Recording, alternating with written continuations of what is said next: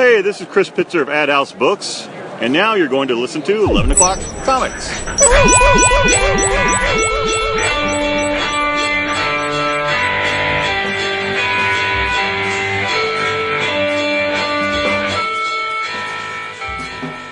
Crazy. It's insane. You hit the bullseye twice. Oh, sorry, once. Once. No, you hit it once. Just got to keep up that illusion, right? That's right, yeah. Yes. It's all about illusion. We will be in Charlotte in a week. This time next week, yes. Yes. By this time we'll be finishing dinner. We're still enjoying it. Yes. And having our drinks on. And enjoying some fantastic company. Many hugs. Many, many hugs. Magic beatdown. Yeah. Wait. Maybe either of you guys will play. That'd be nice. I mean, I'm always open in that environment. It's just I'm just such a noob. I don't know how much I would detract from the experience. It would be my life's joy to see you in a position where you did not know everything. Shit, dude, it's every day, man. Yeah. Okay. And hey, don't you find that the older you get, though, the more you realize you don't know? Oh, for real? Yeah. Right. Yeah. But we know, and you know, because this is 11 O'Clock Comics, episode 930. And I am Vince B. Whew, you are Vince B. I am David A. Price. That's true, and of course, I am Mother Righteous. Ooh. You're not, though, but you're Jason Wood, everybody. Look at this, all together, just talking about comics. It's what we do. And where do we get these things? Well, more often than not, we get them from cheapgraphicnovels.com. Cheapgraphicnovels.com. OGNs, omnibus editions, trade paperbacks, manga, all that stuff. Art books, everything with a lot of pages and a spine, you can get it at cheapgraphicnovels.com for far less than you're going to pay elsewhere. Here's the deal. I tell you all the time, if you don't know by now, shame on you. But for those people new to the show, I will instruct you. Order. You will get an email confirmation from said order. You're going to reply to that email confirmation saying, I had no idea the savings were this amazing at cheapgraphicnovels.com. And Max will reply to you and say, you know what? Free shipping on your next order. I just feel like it. And you'll love it. You'll fall in love forever. Like we have. Cheapgraphicnovels.com. And while you're there, order the Superman Triangle Era Omnibus, Volume 1. Because it's like some of the best comics ever. It's true. Yeah, no lie. Maybe Jason will even read them one of these days. Hilarious. What? I'm just excited that he may get his hands on the Byrne stuff. So Yep. Well, it's only like decades too late, but whatever. Oh, my bad. It's fine. He can spoil the shit out of it when he finally reads it. Bro, don't hate, celebrate. I just Exactly. read Love and Rockets 2 weeks ago. Relax. Dude, this one issue, Superman's on a bed with Big Barda, and they're going to make a porno. Oh my God, dude, it was mind-blowing. Be like, Jason, sick. where you been? I really did that in the 80s. That would be sick. Well, that's true. That's because it happens. Oh, for real? Yeah. Yes. Oh, well, if you had told me that, I would have read it 20 years ago. Oh, Jesus Christ. Slug, right? Slugg. Yeah. He's disgusting. Can you imagine making it? I don't want to even go there. We're not going to have another installment of What's Stap Drinking because I'm drinking as well. Woohoo! Yes. Sam Adam. This is called Red Zone Lager. It's smooth, toasted, and complex. It's like me. Yes, you are so complex. Hey! I'm agreeing with you. What the hell? Did you see, speaking of that, before Dap goes, that your beloved Sam Adams, a.k.a. the Boston Beer Company, is in late-stage talks to be acquired by Suntory, the Japanese whiskey company? How about that? It's crazy.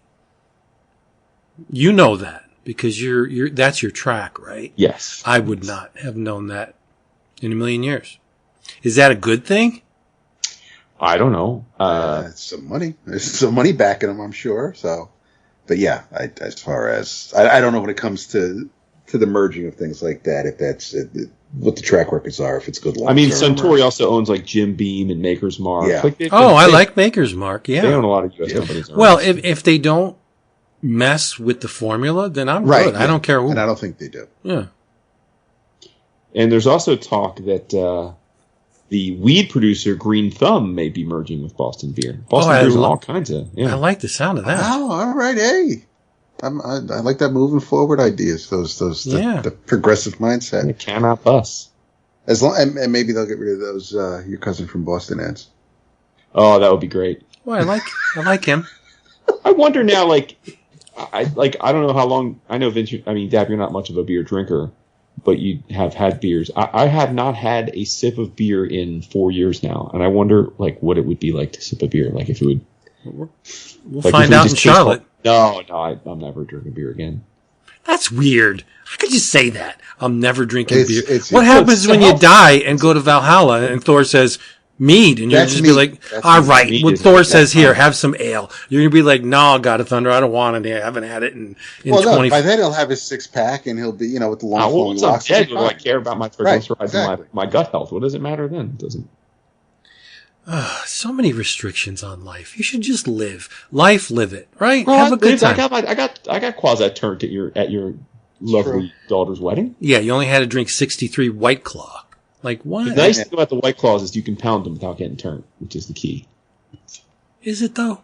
Yes, it is, because happy wife, happy life didn't want the wife to get upset. That's true. That's true. Yes. I don't remember the last time I had an. I mean, I had a sip of whatever the hell that double IPA was, Vince. That was pretty damn tasty, actually. That was actually a triple IPA. That was a Dogfish 90-minute IPA. That was tasty. But as far as having a full glass or a bottle of beer, I can't tell you when the last time that happened. Yeah, I think that's what got me messed up. I wouldn't doubt it. Yeah. We are, of course, referring to the fact that we got the great privilege of being a part of the Bonavolia family affair of the wedding. No. And it was glorious. And we all looked dapper as fuck. And I must say that in our 16 years, no thing we ever posted on the interwebs got as much huzzas and heart emojis as the few select pictures you okayed for us to post of us at said wedding.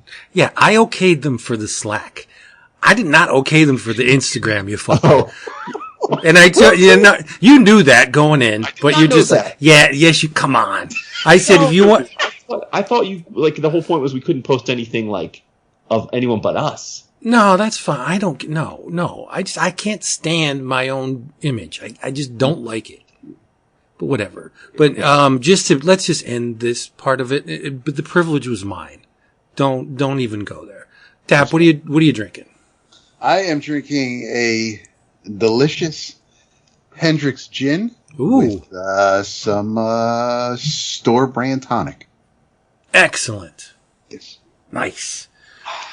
Well, before we get a bad review, and please, just to reiterate, if you listen to this on any kind of streaming service, Apple Podcasts or Spotify or iHeartRadio, all that shit, leave a review, please, because it would help us out a lot. Not that we need the boost, but hundreds of reviews, but they're old. Most of them are old. Yes, we want to get that algorithm all lubed up so we can get One more thing before we continue. I want to remind everyone, as we are in the first week of June, that it is the EOC June gift exchange is in progress. If you've never participated, usually do this around Christmas time, thanks to Devin, aka Dr. Teeth. I'm sorry, Devin, and because it's a long year, a couple of guys decided to take care of it also 6 months into it. So this was started a few years ago by Brian, our good friend Brian Newberry, and now Peter Drummond, our pal, is kind of taking it over and making sure things get done. So if you would like to participate, send an email to pdrummond contact, that's PDRUMMOND CONTACT at gmail.com with the following. Put EOC 2024 in the subject line, your first and last name. If you have a shipping preference, be it domestic or international. This is going on. You have until the 14th of June. So you have just over a week to get that email in over to Peter. So, please participate. It's fun.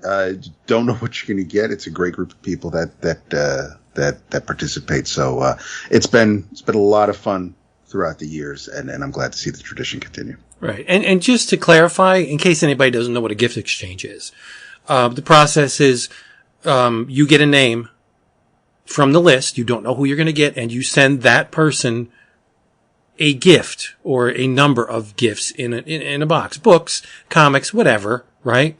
And then someone gets your name and they send you a box of books. That's how it works. I mean, just to flesh it out a little bit more. So it's like a mystery box. You don't know what you're going to get. It's like a not-so-secret Santa. Yeah, it could tune you into some comics you missed over the years. Like, how did I live without these things? But it's always a wonderful crapshoot. And that's number one, who doesn't love to get mail? Number two, who doesn't love to get books in the mail? Anybody that's listening doesn't love to get books in the mail? What? I don't think so. So, check into that gift exchange. It's a lot of fun. Indeed. Yeah. I think we have a Marvel-O-Rama this week. I think so, because we're such, how can we not? We are the zombies. So how can we not talk for an hour plus about the House of Ideas? It's true. Oh, we're going to be exclusive Marvel this episode? I don't know. We'll see. You said we have an O-Rama, so we'll see. We got a big O-Rama. Just point the finger. Who wants to go first? Well, I'll go first because it's probably from a continuity standpoint the most significant of the said books, I think, right? Like just in terms of like quote unquote newsiness, in as much as we care about that, but because I'm talking about X-Men number 35, aka allegedly Uncanny X-Men number 700, and I say allegedly because I find it very hard to believe that the final issue of this Krakoa era just also so happened to neatly end up being a legitimate 700th issue. But supposedly, I didn't go back and double check, but supposedly this is also, if they never renumbered, would have been the 700th issue of Uncanny X-Men. But it is officially the epilogue of my beloved, and many people's beloved, Krakoa era of the X-Men. And then starting next month, we will usher in the Brevoort era of the X-Men. Okay. I'm not going to get into the details of this book. A couple things. It is an anniversary book, so it's more than it's like an 80-page giant. So respect to that. Like, you got to respect that. I also appreciate beautiful, beautiful wraparound cover. Looks awesome. I'm sure that art's going to cost quite a pretty penny for someone, but it looks great. And a ton of creators, both important to the Krakoa era as well as the historic era, were included. Unfortunately, Hickman didn't have anything to do with it, even though he is still very much involved at Marvel. Jerry Duggan, Kieran Gillen, Al Ewing, Josh Cassara, Phil Noto, who I think it's probably fair to say does the most line work in this issue, although I didn't officially count the pages. Yeah, unfortunately. Yeah. Lucas Wernick, Lionel Francis Yu, Walt Simonson, Mark Brooks. Dude, he did one page. I know. JRJR, Jerome Pena, Luciano Vecchio, Stefano Caselli, Sarah Pacelli, Claremont, Salvador LaRocca, and then Gail Simone, Jed McKay, and Javier Garron, who are, for those that don't know, three of the major pieces of the soon-to-be launched new era. I will say, if the job was to wrap up all that's happened and then clean the slate and put the chess pieces back at their starting points for the new era, then mission accomplished, because that's exactly what this does. It tells us the story of how we go from everything that was happening to basically a clean slate, so that the new creative teams aren't burdened by all of this continuity. the conceit is, and I guess this is a bit of a spoiler, but again, it's just a concept. There is many of you are probably familiar with the concept of the white hot room. And the white hot room is basically a space that exists outside of our time and space. And I believe it's inside of the Macron crystal for you deep cutters. And we've seen it many times. We saw it over the years. Most notably, I think it was given its name during the Morrison run. But it's most often seen as the place where the Phoenix Force exists when it doesn't have a human host or a mutant host. And for reasons we don't have to get into because they are a bit convoluted, the MacGuffin here is that Krakoa ends up in the white hot room along with a massive chunk of mutant population. So they're basically being put into stasis effectively from an editorial perspective. And also, as all part of this, all of the mutants who were killed during the fall of Krakoa and things like the Genosha M-Day and all that, they're all back to life. So it literally quite literally, Brevoort is cleaning the decks such that any mutant that a writer wants to use is available and alive. And anyone that they don't want to be available doesn't have to be. They also, through similar conceits, take away, at least for now, the ability to do the resurrections because the five aren't together anymore. So, and there we have it. And that's kind of the whole point of this issue. And also, I think, to pay some homage to all that came in the last 5 years. But I think it's much more effective as a eraser to clean the slate of the board than it is as a love letter to what came before. So I'll just leave it at that. I mean, I'm not mad at it. I think, again, it's very much was meant to serve a purpose, and I think it served that purpose effectively enough. And I guess in as much as people care about issue to issue continuity, theoretically you've been given a in continuity answer as to why when you pick up your X books next month, they will look and feel like brand new books that have nothing to do with what's happened these last few years. So there you go. Before you move on. Yeah. X-Men 35 was everything Teenage Mutant Ninja Turtles Alpha was not. More about that at the end of the episode. Right. Yeah, I as somebody who was who pretty much came back to the X-Men with House and Powers when Hickman took over, and flittered in and out for a bit, and I have Fall and Rise on deck, so I want to just jump ahead and see how lost I'd be just skipping all of that and going right to 35/700. And yeah, I may have had some questions, and I'm not sweating it because I'll find answers, but I definitely co-sign what Vince just said. But yeah, it's a thick book. I liked the way a lot of it looked, from the majority of the artists that were attached to it. I don't know. I'm not going to jump in to this new era right away. I'll wait to hear what everybody says and maybe check out a trade or two down the line. But it's a bit of a bummer because I thought it just from someone who I'd consider an outsider looking in, I liked what Hickman had planned and I liked some of the directions where we were going with it.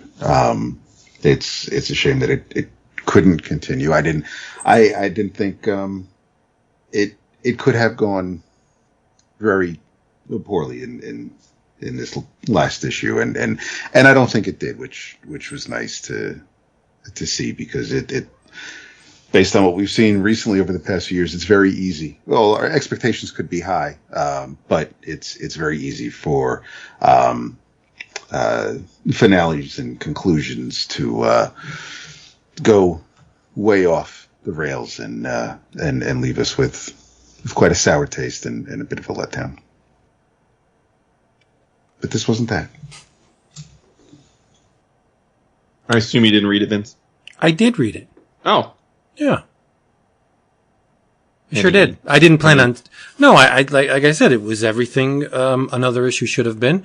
I did not want to bid farewell to the Krakoan Age, the first Krakoan. Right. I thought Hickman served them up at least 10 years worth of continuity. They could have exploited the hell out of what Jonathan gave them in a good way. I think there was enough fuel there to fuel the creative machine for a long, long time.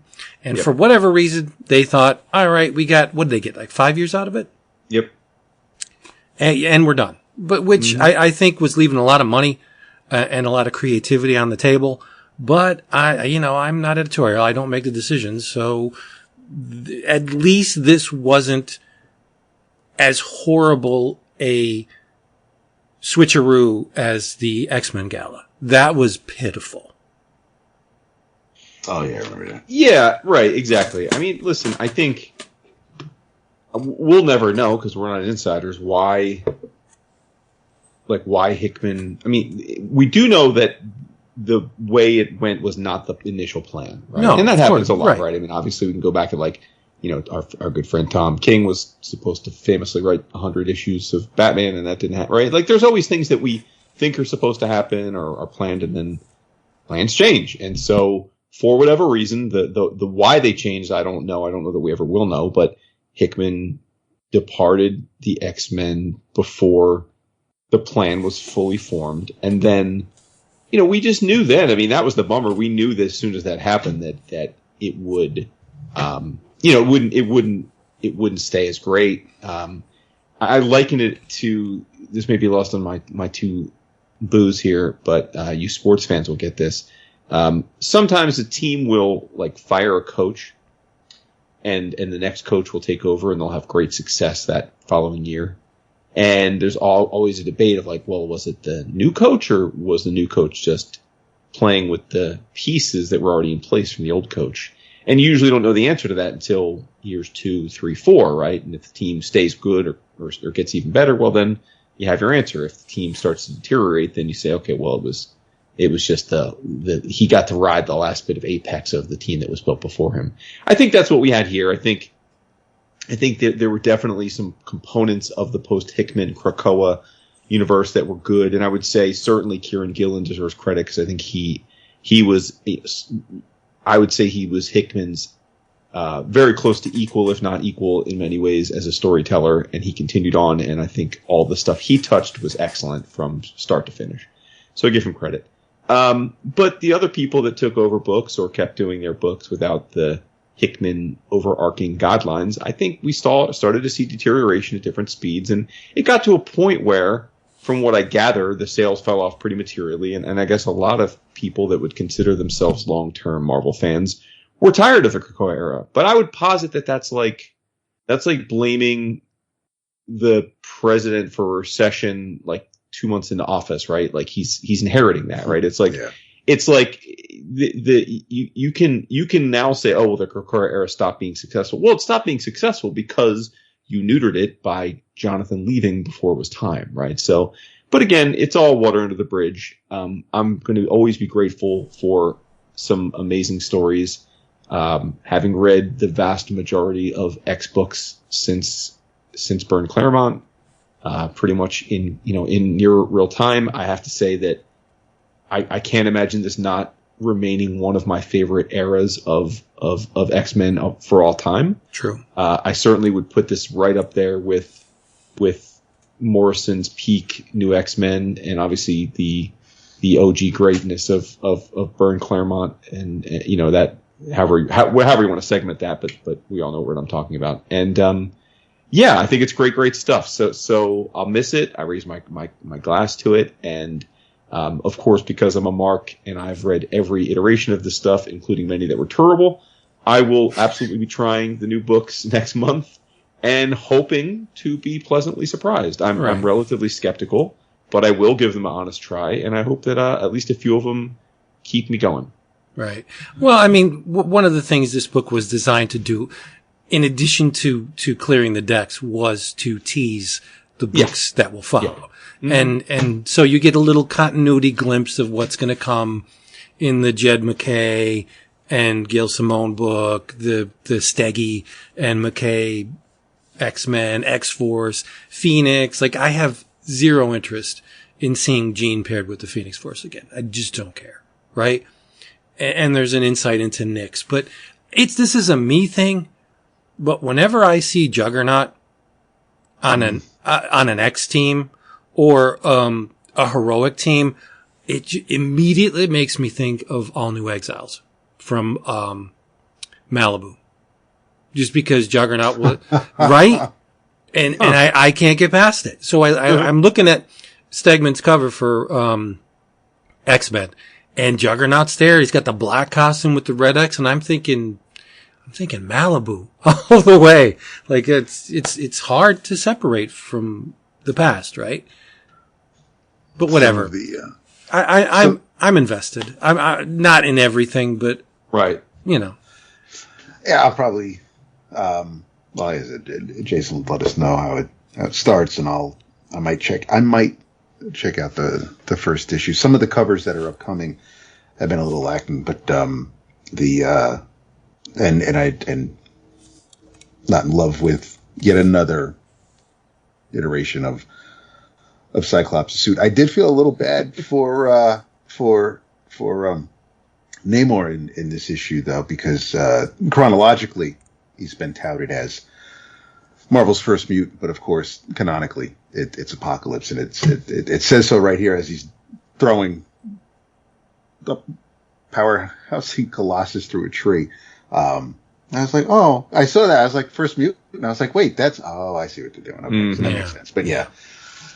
Oh well. Mr. LaRocca did not look terrible in these pages. It wasn't a bad look.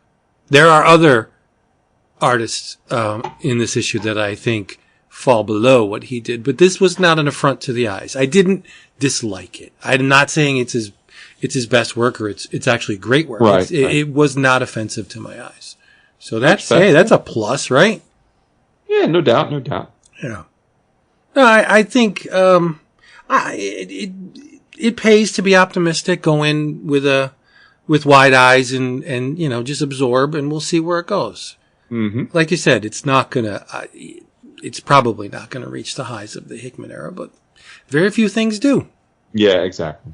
Yeah. We should just be grateful when we get great runs because they don't happen a lot. Others who have loved and lost. Yep. Yeah. Speaking of great runs. Oh. Yeah. It's difficult to produce a book hot on the heels of a run that was touted as one of the all-time best runs for this character. Mm-hmm. And Philip Kennedy Johnson had the unenviable task of following Al Ewing and Company's Immortal Hulk. Okay, so I do like how we are completely ignoring the volume between Al. Yeah, no, and it wasn't. PKJs. Well, So when I that's say fine. following, I mean the ones I actually read. Eventually, Yeah. it was there. Eventually followed Ewing's, but yes, that's fine. Yeah, the I tip my running. cap to you, It was right. It It was was a thing, and then it was not a thing. So I got caught up on Incredible Hulk, and issues 9 to 12. Nick Klein takes a little bit of a breather, takes 3 issues off, and the art is provided by Danny Earls. Was that was that kind of like a I don't want to say fill-in, but was that like an additional chapter, or did he come in to continue? No, the it's arc a self-contained story. Nice. Okay. They do it. It's a smart plan. Klein will actually finish an arc, and then someone else will come in and do another arc. Cool. And, Okay. you got to give the guy a break. Yes. I mean, Klein's doing phenomenal work on this book. That's true. But this will get Dap's attention. Danny Earls' art on these 3 issues is a mix of I'm going to save the stinger for last, because if I lead with that, it'll get you immediately. So I'll say it's a mix of like Doom Patrol, Richard Case, right? There's a hint of Scott Kolins, just a little bit. And there's a whole mess of Epi Thatcher era John K. Snyder III. Oh. Yeah, like if you didn't see Incredible Hulk on the cover and you didn't see the Hulk within the pages, you would think you're in Grendel territory. This looks like a Grendel book. Not so much in the design of the characters, but just the overall feel, the approach to the sequentials, the way that Danny Earls, his line work is a lot like John K. Snyder III. And I'm thinking, okay, if we're going to have a little bit of a fill-in for 3 issues, this is a great way to do it. But the thing about PKJ's Incredible Hulk is it's kind of a monster of the arc type approach. Like, I've talked about it before, but are you aware of the setup for this series? Yes? A little bit, yeah. I mean, I've read the first few issues. Okay. The Hulk is needed because, the eldest is trying to revive, the Mother of Horrors, and they need the Hulk to do it. Meanwhile, Betty's back, and Betty's trying to do a backdoor deal with Bruce to give up the Hulk, because if they do, the eldest will give Betty and Bruce their bodies back. Like, they won't be plagued with the alter egos. They can start fresh. And the Hulk wants no part of it. And anyway, Banner's just a puppet in this anyway. Like, the Hulk is in the driver's seat in this series. But so it's like Monster of the Week in that the eldest these monsters keep trying to bring down the Hulk, and it's a different one every arc. But this one really spoke to me because in the shadows in this arc is good old Lucifer, the Lightbringer, the Morning Star, right? Mm-hmm. And the mythology is really cool because when Lucifer was orchestrating his overthrow of heaven, the first of the Nephilim was this beautiful woman named Nephile, and she caught Lucifer's eye. And so he told her of his plans, and he pledged to her that she would be his queen in the new kingdom to come and assume the role of the mother of all angels, right? But we all know, well, at least legend has it, that Lucifer's power play failed, and he and his buds were cast out of heaven, and so was Nephile. But she lost her heaven-born powers, but she didn't seek refuge in hell. She landed on Earth, and she made this subterranean nightmare realm, and she embarked on a crusade of her own. So this realm just so happens to be under the streets of New Orleans. And what she does is she seeks to save mortal souls, but you have to pass her warped personality test. Like, if she detects that there's something of value within you, she will imprison you, your soul, in a bone china doll forever. Like, that's her idea of saving you. Okay. Yeah. She's removing you from the corruption of humanity by imprisoning your soul in this untouchable bone china doll. It's warped, but I mean, in a sense, it is a legion of angels when she has all these, quote, pure souls trapped within these dolls, right?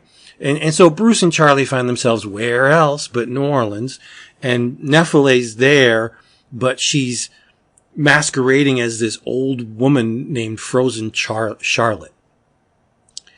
And no surprise at all to anyone, but Charlotte gets her hands on Charlie. And the Hulk has to come smashing to her rescue.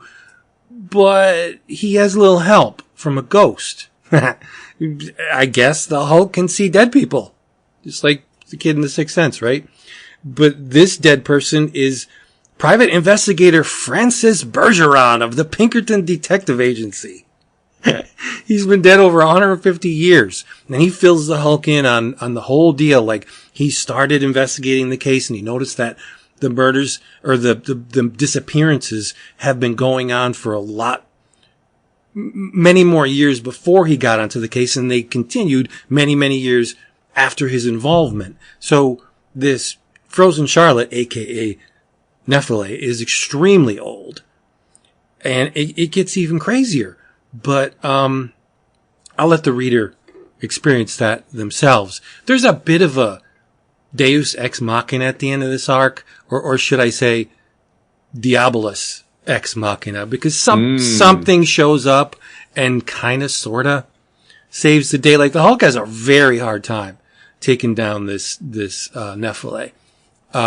Yeah, but I just think this run is great. It's not as, if you'll pardon the expression, it's not as pretentious as Immortal Hulk was. Like, Immortal Hulk was very involved and very complex. High concept. Yes. This is, I mean, the concept is here, but it's more of the Hulk running into a different monster every arc. It's fun. It's not lighthearted, but there's not a lot of heavy lifting, as much heavy lifting as there was with Immortal Hulk. Like, Immortal Hulk, the Tarot was involved, and there was a lot of concepts weaving through the whole series, and it was basically a 50-issue run? Immortal Hulk? Yeah. Yep. Yeah, so I mean, you couldn't just jump into that run anywhere, right? You had to at least have a working knowledge of the backstory. This, you can pretty much jump in. They do a recap every issue on that, the title page. It's fun. It's just Hulk doing what Hulk does best, and that's ripping the shit out of an adversary, right?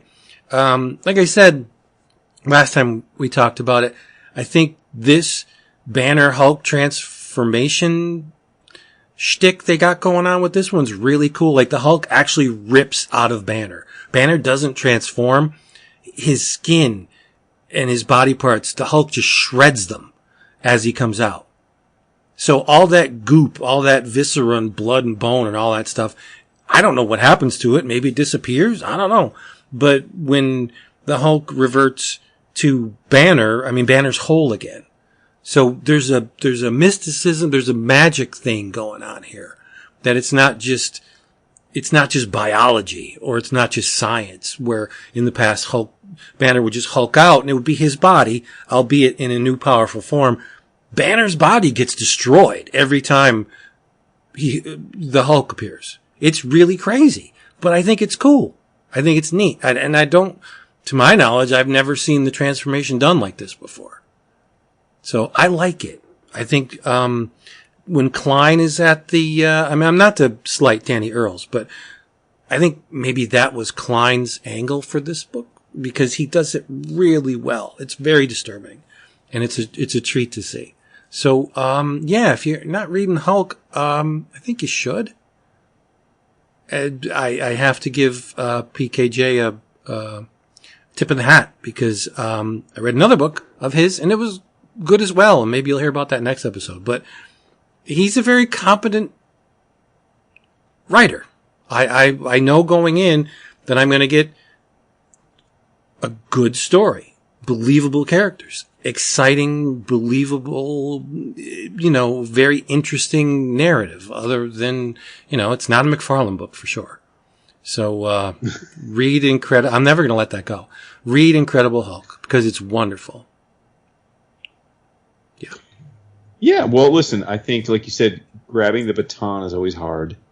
And, I mean, I certainly have not found PKJ to my liking in the same way that you two have, which is why I haven't clamored to keep up with this particular run. But hearing you give it the praise, and I know that Caleb loves it, and he's a lifelong Hulk aficionado too. So yeah, my curiosity's piqued. Yeah, it's very good, but incredibly cocksure to continue in a horror vein when Ewing pretty much trademarked that with the Hulk in Immortal, right? That horror superhero amalgamation like that. This is more of the same. So I think that's ballsy. They could have taken it in any of a million different directions, but they continued with the horror. And I think that's respect, right? I mean, again, Immortal Hulk is regarded as one of the best runs of Hulk ever. So, I mean, if you could produce stuff like this, you got my vote. And you know what the problem with PKJ is? He started super strong with Last God. Incredibly strong. Right? Well, you didn't, but Dap and I loved that book. So did many people on the Slack. Many of our listeners loved it. And I think I was expecting a lot.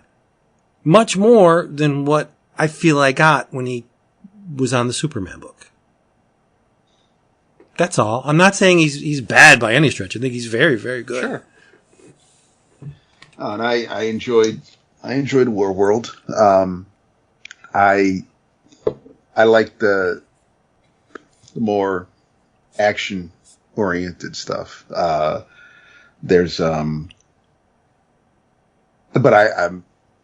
I think Williamson is doing a remarkable job on Superman right now, so I'm not worried about that. One of the things that pissed me off was the whole War World thing. Really? Do we really need to go back to War World? Like, that's one of the things that bothers me about comics when they dredge up the past. Gotta keep that IP alive, bro. I know, but it was, I mean, the original War World stuff was great. We did not have to go back there. Well, just let it go. I don't know. We didn't necessarily ask him this. I don't know how much of that he was kind of put into, because you had that Morrison Superman and the Authority miniseries that led up to it. So, and because those characters were in the War World arc, they had to be used. So he was tying that all up, and it's. Well, we also know, and again, I'm not at all suggesting that this is what happened here, because we don't know one way or the other, but we do know generally that, like a lot of times a writer will pitch an idea, and the editor team will just say oh, you want to use a couple B characters? How about you use X, Y, and Z instead of A, B, and C? And the writer ultimately doesn't care, because they're kind of just there to serve a point, but the X, Y, and Z are more in need of the IP reboot, right? Sure. Or same thing with horror. Like, hey, you want to go to a far off place? How about you go to War World? We could use a War World story. It's been about 5 years. Oh, okay, sure. I'll use War World. Like, and again, for all I know, PKJ absolutely wanted to go to War World. I don't know if what I'm articulating is at all what was at play specifically there, but we do know that kind of thing does happen, right? Where they're asked to sort of. Yeah, absolutely. Yeah. Right. But if you've been reading it for decades, the boomerang effect can be, I mean, it can make you wince. Very real. Yes. No, it is, because the stuff never goes away. It just keeps coming back. Like, I don't mind seeing Bibbo all the time. Like, give me more Bibbo. But War World was a thing, and they used it extensively back in the day. And then, let it lie. Bring something else in. Mm-hmm. Like, hey, if you forgot, Mongol is actually, a legacy character. Yeah. And here's his great grandson doing the same damn thing Granddad did. I wouldn't even mind seeing Maxima back. Right? Or just those characters that were big in the Triangle area. It's okay, but not the big picture stuff. It would have been a great way to sneak Legion back into DC continuity if somebody else didn't. Yeah. Didn't. No, you're right. And I do, and I mentioned that the whole House of Brainiac reminds me of Panic in the Sky. So these few issues, this little story would have been a really neat time to try to insert Maxima in there. Right. But yeah, or even Knockout, since Connor is part of it. But no, I know, and I haven't tried, aside from the What If, I haven't read any of Marvel's Aliens or Predator stuff, so I don't know how PKJ's been doing on that. But no, the Hulk, I need to get back to it, because I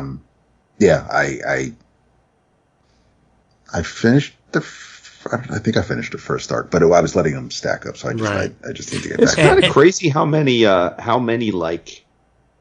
Death Lords there are in Marvel, right? Like Satan composites. That's like, the thing, right? The devil, Lucifer, like who's And the how boss? Blackheart was in was in that Marvel Unleashed. Mephisto, that Starks wrote. come on. You got Mephisto, you got Yep. Dormammu, and I know each one's like a little different. You got Satanish, you got Satana, you got like you said, Lucifer, you got Son of Satan, you got I'm sure you get Hela, right? You got Hades, you got like there's a pantheon. It's just you don't know how do they rank? Maybe we should. Well, there was that. I know what you're going to say. In X Factor, years ago, there was the whole arc where the Hell Lords actually were like an Illuminati, and it was and they met and they sort of they ran things together, and then there was a battle for supremacy, and ultimately Strong Guy became the leader of Hell. Well, that's completely believable. Speaking of concepts that get kind of brought back around quite often, one thing I don't think I've seen in years, a lot of years at that, and please let me know where they may have popped up, but Vince just mentioned it in another way, but the Pantheon from Peter David's Hulk run. I don't think we've ever seen them again. I can't tell you the last time other than within Peter David's run that I've seen those characters. Right. Well, there was that long running Maestro series that ended just a few years ago, right? Oh, are they part of that? I don't know. I haven't read it. I assume, right? I didn't read the series, but why wouldn't they be? Peter David write that? No. Oh, maybe that's why I didn't read it. But Maestro is a future version of the Hulk. The Pantheon was present day when Banner's mind was in Hulk's body. Oh, actually Peter David might have written it. Yeah. Oh, he did read it. Okay. Yeah, no, he wrote them. He wrote the 2020 series and then the sequel. Wow, I must get on that. All I know is that the Hulk went through a lot of white T-shirts during that time. Wife beaters. Yes. Yep. Yes. Went through a lot of them. I don't think you can call them that anymore. Well, okay. That's true. Guinea teas, but you also have. What? I know. That's even more. I love it. The that was some really good though. Dale Keown, Gary Frank, Cam Smith. It was Dale Keown first, and then when they went to Image, Gary Frank took over, and I love that Gary Frank era. Yeah. So there we go. Dap, do you have a Marvel book to complete the Marvel-O-Rama? I do, as a matter of fact. What? This also came out this week. It is the latest installment of the relaunched Ultimate Universe. It is actually The Ultimates by Dennis Camp, who wrote Children of the Vault recently, the X-Men mini. Quite enjoyable. Yes, it was. Juan Frigeri on art, and Federico Blee on colors, and it was you get your little recap, letting us know that the reminding us that the Maker and his council, the Maker's Council, which are ruling the world from the shadows, wiped away all the heroes that existed in this on this earth, and however, the Maker is locked away in his own facility known as the City, and inventor Howard Stark is the person who basically imprisoned the Maker. So Howard's teenage son Tony, who uses the codename Iron Lad, has a team that consists of this world's Doom, which is who happens to be Reed Richards, which confused me because I thought that's who the Maker was, but obviously things are way different now. They've also obtained a still frozen in ice Captain America. There's also Thor, who has been broken out of prison by this team. I'm going to guess that this all happened in the one shot or the miniseries that kicked off the relaunch, which I hadn't read. But aside from Thor, is his warden, who is Sif, and recently Iron Lad fought Captain Britain, who's also a member of the Makers Council, and Tony ended up wounding Captain Britain, actually taking his eye in the process. The council launched an attack on New York City using Stark satellites, and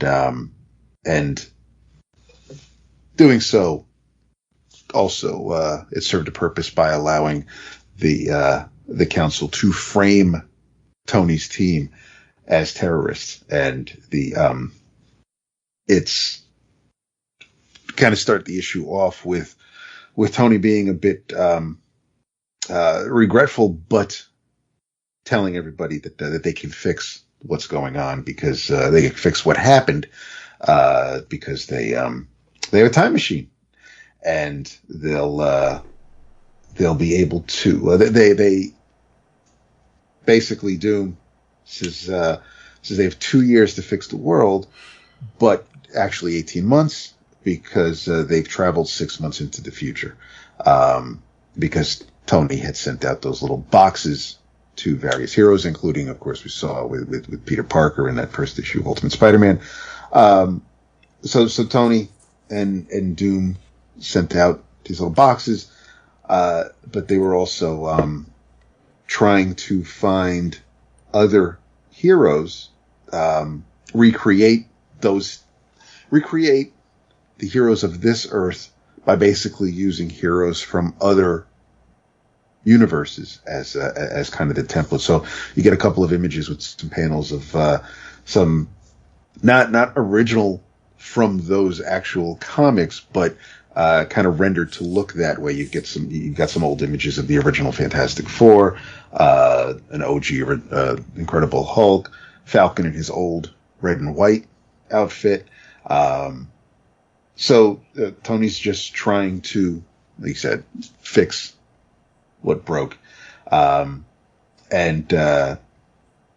while Doom and Tony are working on that math, Tony's also working on breaking Cap out of the block of ice. And he ends up doing that, and he realizes that, 75 years has passed for this man. He realizes it's now 2024, and asking who the president is. And, but apparently in this universe, the United States, broke up in 1969, and Cap does not take that news too well. When Tony realizes that sending those boxes out wasn't necessarily a mistake, but it did not go the way he expected it to. They're to hell with Ultimates 1.0, which was his original idea. Now we're going to go with Ultimates version 2 and see where that goes. And we're introduced to Hank Pym and Janet Van Dyne, who happen to be exterminators in this universe. You actually see Hank squashing a cockroach in front of a restaurant in Hoboken, because the owner of the restaurant has an infestation in the basement. So Hank and Jan are looking around the place, and turns out that it's a family of moloids, and they're not they even though apparently it's not even considered a crime if you kill a moloid in this universe, in this country, because they're I guess they're branded as an infestation. Janet has a very she's steadfast in her belief that you do not kill anything with a culture, and which I can compliment that. So they don't, even though the restaurant owner is like, listen, I will triple this. I'll even dispose of the bodies myself. You don't have to get your hands dirty like that.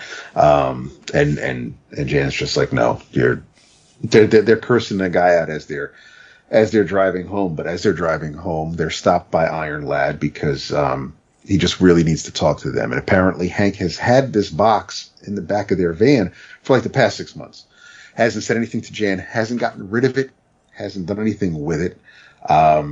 And so he comes clean to Jan, and she opens up the box and takes the little sphere and basically turns her into the Wasp. And she's having the time of her life, because while this is happening, they are being attacked by Captain Britain and his terrorists. And Captain Britain speaks a whole lot of French. I mean, it's like a bad Batroc. And so Doom shows up and he's like, Captain Britain, one of the Maker's inner circle. And he's brought his personal guard, the Black Crusade. And Captain America's like, Captain Britain, the one screaming in French. And it cracked me up a little bit. So, Iron Man's ready for round 2 with Captain Britain. You have everybody going after him. That's when Janet joins the fight. And while all this is going on, Cap, notices that Hank is still contemplating everything and lets him know, listen, you obviously kept this for a reason. I know you've seen whatever it was that you were supposed to be, because Hank's hemming and hawing, and he's like, the things this thing says I did, I hurt people. It says I hurt her. I'd never hurt Janet, but apparently I did. It already happened. And Cap's just like, bro, it's his sins aren't necessarily yours. You have an opportunity now to just, make things right. And he does join the fight. And he joins the fight by planting his huge, massive foot down on the Black Crusade and all the little soldiers that Captain Britain brought. Britain does escape, and the team now has 17 months to put things right. But our team is assembled. Hank is he's more like Husky Pim than he's a very stocky individual, not exactly a physical specimen compared to Thor and Cap, but still, I guess as long as you make your woman laugh, that's all that matters. But you have it looks like a pretty interesting team. I thought it was as far as the this is the third first issue of this universe that I've read. It's probably my favorite first issue. Okay. Next to Black Panther and then Spider-Man. But I Juan's art's fantastic. It really does help sell the story. I'm liking Camp. I haven't read this may be like the 5th comic I've read by Camp. I maybe. I don't, but I thought as far as getting the team together and letting us know everybody's motives and giving everybody kind of a unique voice, it works. Even though he's a younger version, being Iron Lad, he absolutely he's not James from Avengers Twilight. He's not young Kang from Young Avengers. I wasn't turned off by this Iron Man analog, but no, I thought it was a fun first issue. I will be back for the second. Nice. Well, I am much more looking forward to reading it now, because I was planning on reading it, but I wasn't sure if I would dig it. But now it sounds good. Getting the band together, it's a little humor, a little unexpected stuff. I like this. So easy. Isn't it the point? It's the little things, though. Would we be doing this for 16 years and counting if it was if we weren't easy comic marks? We would not. That's right. Not really in love with the main cover by Dyke. It's not one of Dyke's strongest images, and it's very reminiscent of Joe Mad when they tried to do the third volume of this. Just in fairness to Mr. Ruan, it's DK. Thank you. Yes. Nice. Hey, everybody. Thank you for being here with us. One more time around. You know the drill. If you want to get the cheapness on your OGNs, manga, trade paperbacks, omnibus editions, all that stuff, cheap graphic novels is the place to go, where the prices are extremely low. I made that up right there on the spot. Ad lib. And check out our Patreon page, patreon.com/11 o'clock comics. Everything under the sun is on the Slack. Everything. We've had an influx of members recently. I don't know how many, but it seems like not a deluge, but a steady stream, which is great, right? Because then you can get to know them and talk about all things comics, life, books, movies, TV, games, all that stuff. 11 o'clock, no, it's patreon.com/11 o'clock comics. I'm not in the habit of doing this, and it pains me to do so. But for this In Your Travels, I'm going to say in your travels, I would like you to avoid buying this book. Wow. Number one, it's $7. Okay? 2, if this book was intended to drum up interest in Jason Aaron's forthcoming Teenage Mutant Ninja Turtles, it failed miserably. Because Aaron and Chris Burnham, their story is only 10 pages. Yeah. And it's the barest hint of what's to come. I think, Aaron was paying a little bit too much attention to Guardians of the Galaxy 3 because there's a scene in this that is very, very reminiscent of, Rocket's, imprisonment. I hadn't made the connection, but you're absolutely right. Yes. Especially the otter. Like, come on. The bulk of this issue is an old Hobbs story by Tom Waltz and Gavin Smith. And it's 32 pages long. And the thing, the series that it is teasing is, a series that is called Mutant Nation. I don't mean to offend any of the creators or the creative team of Mutant Nation, but no one cares right now. What we care about is Jason Aaron and what he's going to do with the Turtles. Yeah. I just thought as a preview book, it was a whiff. I almost don't care right now about the Turtles. That's a big thing for me to say. Yeah, it is. The consolation prize of this issue was that it reassured me that moving forward, they are not kicking to the curb any of the characters or, mythology that has already been generated by IDW. All that stuff's going to be intact moving forward, which is great because I think the IDW creative team that took up the reins of the Turtles way back when, they did a phenomenal job. There's a lot of really cool concepts and characters that came out of the IDW run. It's great that they're keeping them. This issue was depressing to read. It was, I paid $7 for this. For Chris Burnham art that looks like Byrne when he started inking his own work. Like, it just doesn't look good. I'm sorry, Chris. It doesn't look good.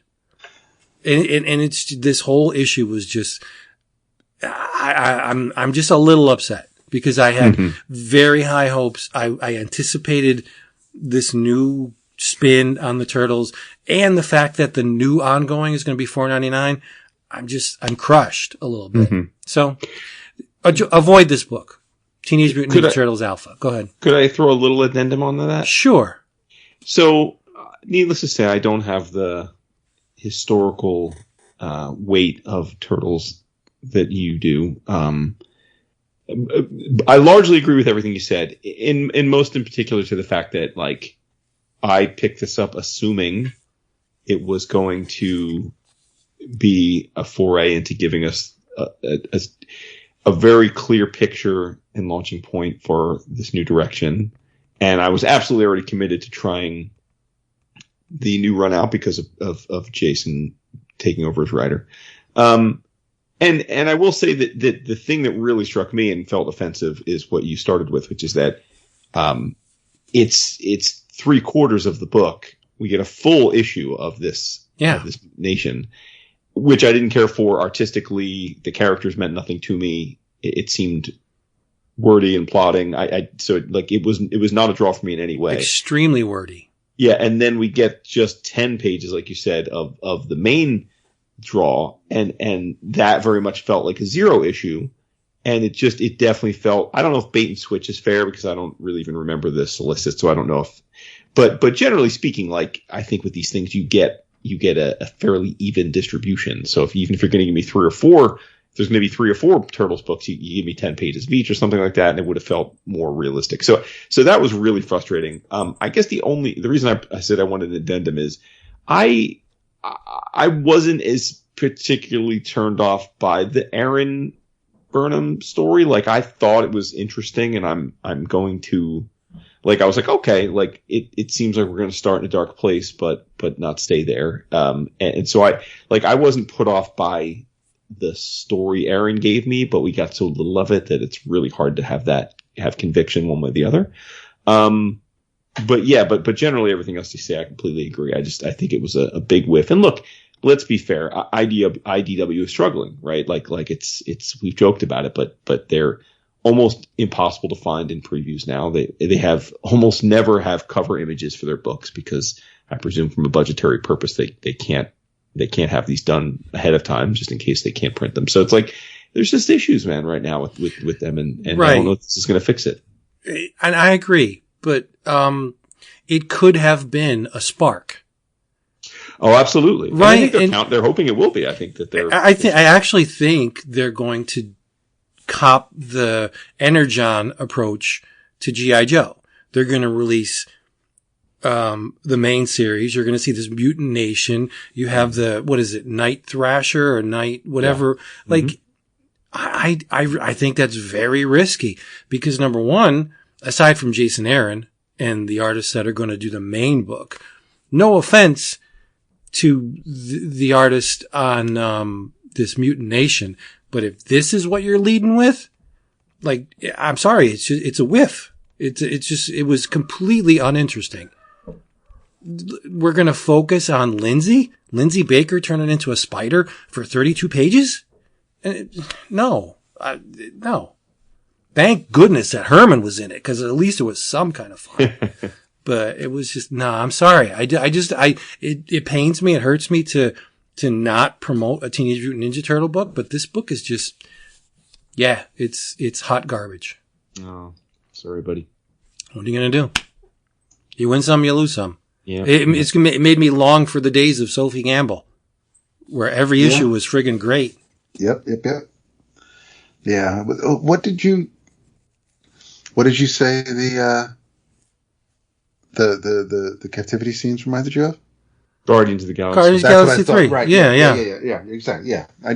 I thought that I looked away for a second and I was like, I heard Otter and I'm like, yeah, no, I think that's what you're saying. Okay. And I didn't, no, I absolutely agree with you. Right. I didn't expect to see all of the Turtles in this, but you have a weekend warrior nebbish guy who's trying to be a big dick and is going to fight with a mutanimal. Like, who cares? Nobody cares about that. All we want to see is the Turtles. Where are they? What's the new status quo? This, I don't know, was just silly and soulless and waste. Sorry.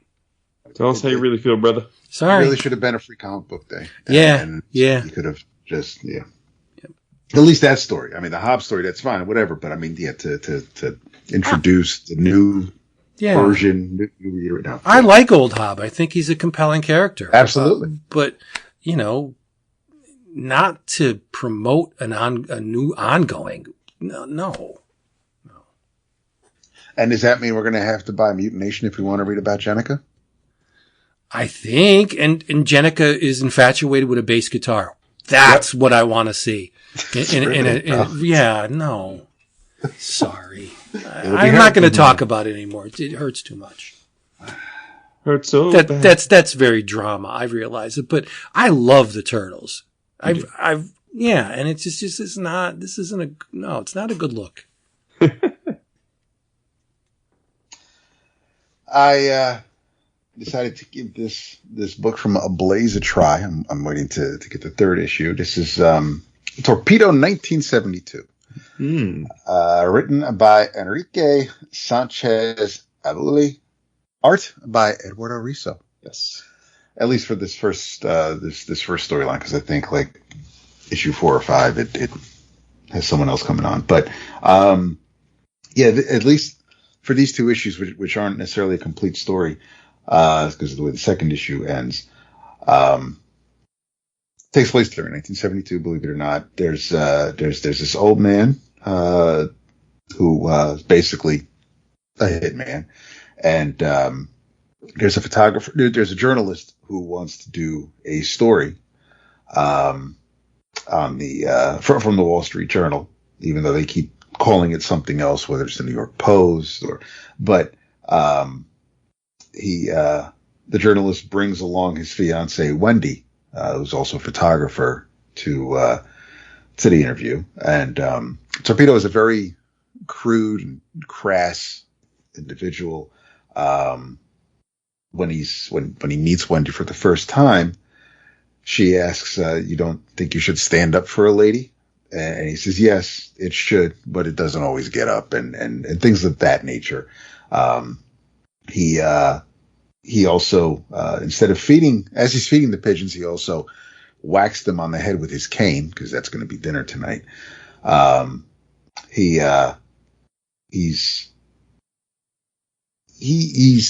doesn't really impress the journalist, but the journalist figures he could use him to make his big break. Torpedo does go to Wendy's apartment for so they could take pictures to go along with the article. She's wearing a button-down shirt that's tied in the front and really tight and short shorts, which I guess Torpedo figures that's an invitation. And he does, in fact, have his way with Wendy, who doesn't really of this era. It absolutely makes sense. Of course, when James comes home to see her, he shows up saying, he got here as soon as he could, and what had happened. She tells him, the bastard raped me, and he's like, my God, and I missed it. And so she smacks him. He's big brave man's going to call the police. And she's like, listen, she won't do it, because of course she assumes she'll just be a laughing stock. She invited this old man into her house, and this is what happened, as if, like what all the apologists do, as if, she asked for it. So James figures, I'm going to get revenge on him. I'm going to set it all up so that the mob, that the family that he was involved with, and they'll end up killing each other. Everything's going to work out. It doesn't go according to plan. The second issue continues this story as far as how that plays out, and it doesn't really. James continues to be unimpressive, especially with Wendy. But Torpedo's little right hand man, his pal Friday, he figures he'll do Torpedo a solid. He'll take care of Wendy so she doesn't talk. But she ends up he's a pushover. He doesn't do what he was supposed to do.